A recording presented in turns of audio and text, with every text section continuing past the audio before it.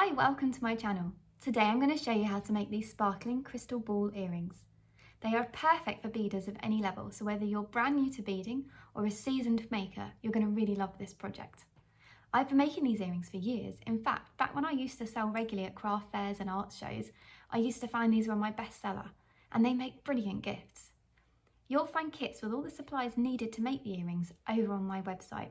They come in a rainbow of different crystal colours, and you've got the option of both sterling silver and silver plated findings. If you do want to stash bust though, this is a great project for experimenting. You can switch out the crystals with fire polished beads, pearls and even seed beads for a really great finish. The beading world really is your oyster. So if you want to find out how to make these earrings, let me show you how. So let's get started making our crystal ball earrings. And you can see here that you can just really go wild with the colours of the crystals that you can use in this.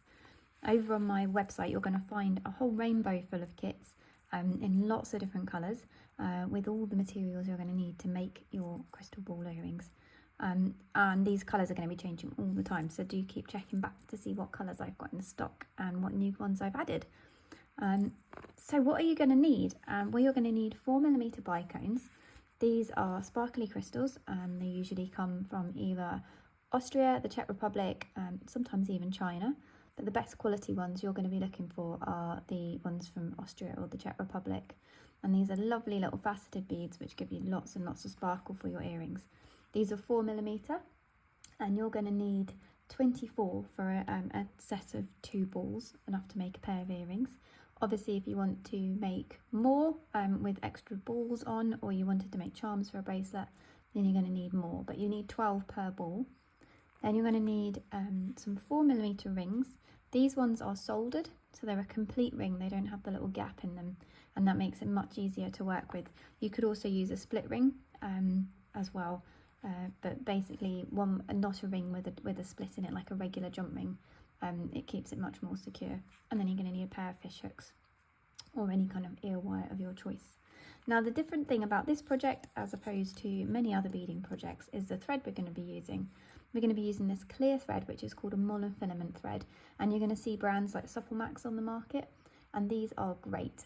They're see-through, so not only does that work really well with the crystals because it means you don't see the thread when you've got your finished ball. It also means it helps give you the shape. So these kind of threads are brilliant. They are used a lot in Japanese style beadwork, and they really help give a solidness and a shape to work, especially if you're using crystals. And the other bonus is that they don't, the sharp edges of the crystals don't cut through the thread. So this is a really, really great thread to work with. You can, if you're not a fan of this or you can't get hold of it or you find it too tricky, you could use something like a crystal fire line.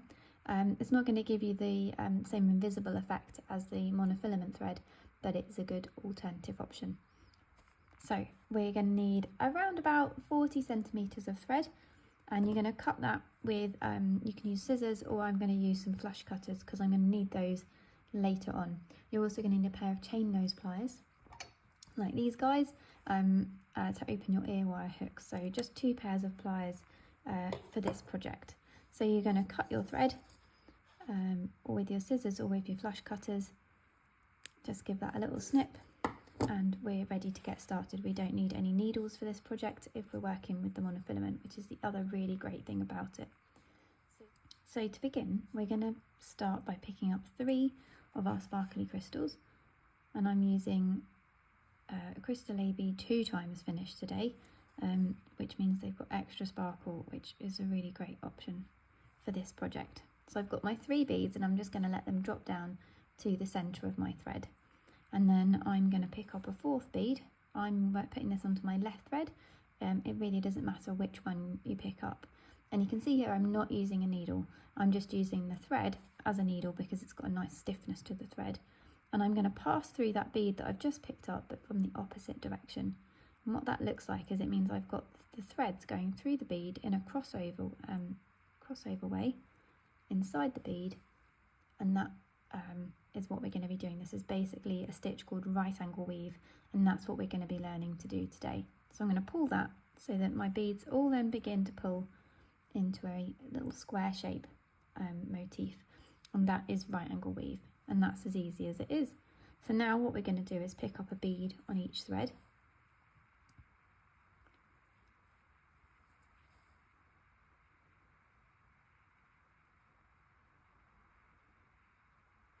Like that.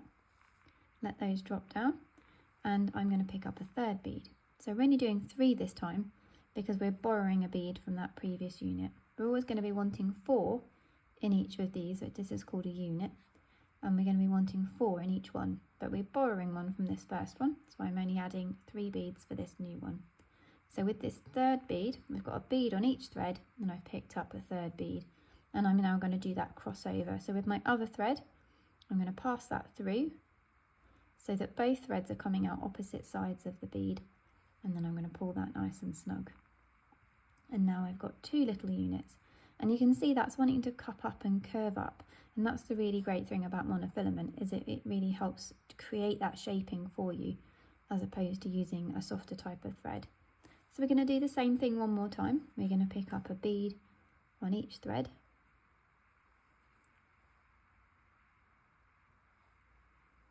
and then I'm going to pick up a third bead, putting this on my left thread, but you can put it on either thread that you prefer, it doesn't matter, as long as you then take the opposite thread through in the opposite direction. Pull that snug, and now you should have 3 of these units. You can see you've got 1, 2, 3. So now we need to join these into a ball. So I'm going to pick up a bead on each thread again, but this time, you know how we shared that bead before in those last 2 units? Well, we're going to be sharing 2 beads this time. So I've already got one in place, that's this guy here, and I'm going to borrow this one from the very first unit that we added. So folding my piece around so it makes a kind of C shape, a curved shape, I've got my bead on each thread. I'm going to take my right thread through this end bead from the right hand side, pull that loosely, don't want to pull it too tight right now, and then my left thread I'm going to take through that same bead from the left hand side. So those 2 threads are crossing over inside that end shared bead, and we're going to pull that now nice and snug, and like magic you've got a little ball shaped crystal. Fantastic. Okay, so it's still a little bit wonky, and you've also got this open area here where it's not woven together. So what we're going to do is take first of all just one of the threads, and it's coming out this side. Let me just help you orientate yourself. It's coming out this side. So directly around where it's coming out, you've got 4 beads. And if you look closely, you'll see they're not joined by any thread, whereas all of these other units here have got a thread joining them.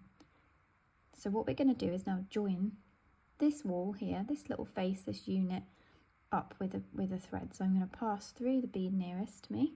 So I've come out of there, gone through this bead, and I'm going to go through the next one. Now if you drop this at this point and you lose your place, you can easily see where you are again because you're looking for the beads that aren't joined.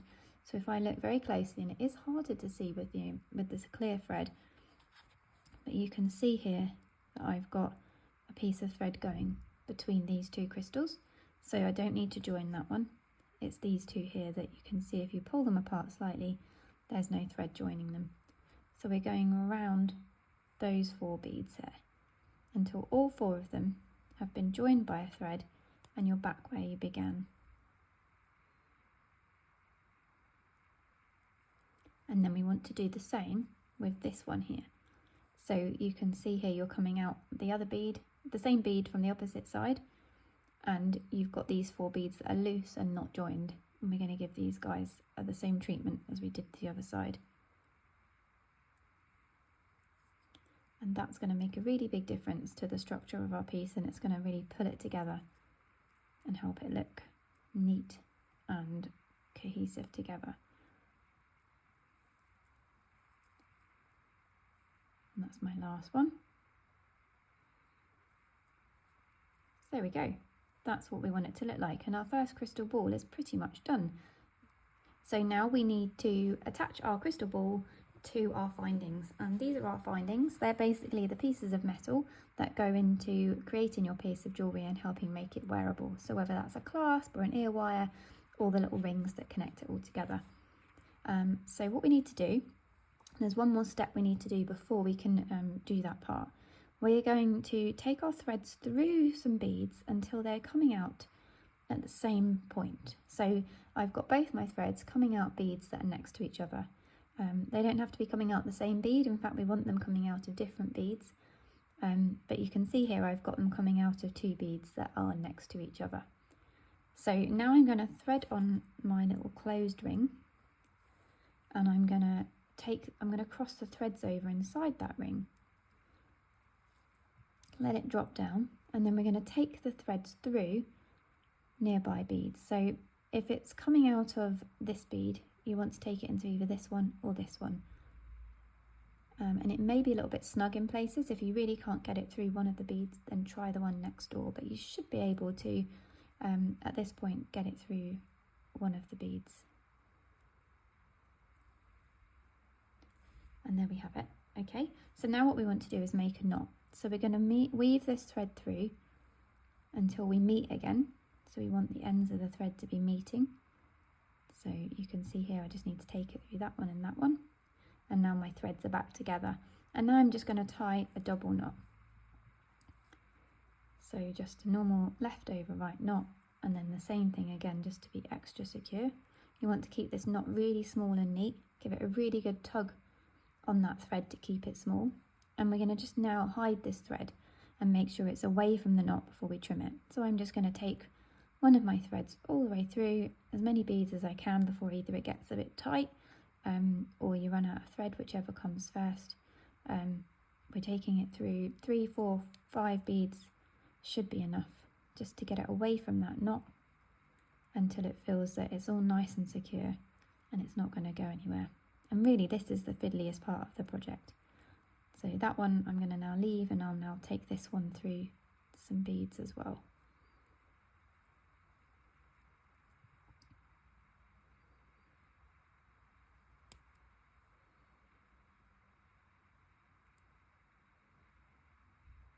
If you find there's any places you can't get through, that's all right. Just turn around and try a different bead. You can also, if you find that you can't get the bead through, is you can use either a needle or an awl to just poke through the beads very carefully, but you'll find that that clears the way of the thread and it creates the path, and then you should be able to poke your thread through nice and easily. You may find that the area where the knot is, which is where I'm at the moment, is a bit tight, so you might want to avoid that area if you can.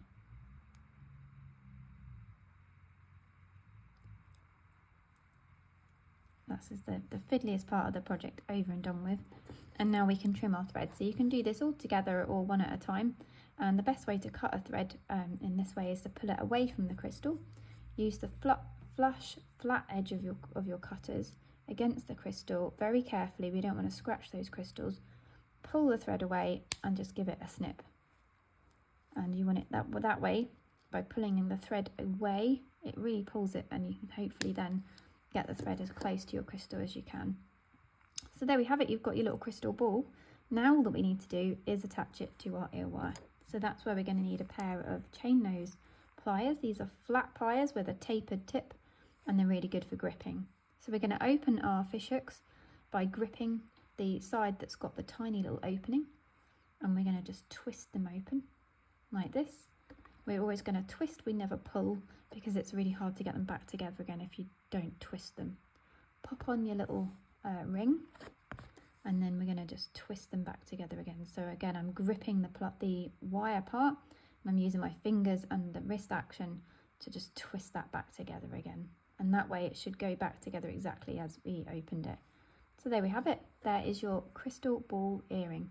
I would love to see what you make with these, so do share them. You can find me over on Facebook and Instagram, and you'll also find I've got a Facebook group which is really great for finding lots of help and support. Just search for the Pinkhot Bead Room. And if you've got any questions, don't forget you can pop them in the comments below, and I can't wait to see your crystal ball earrings finished.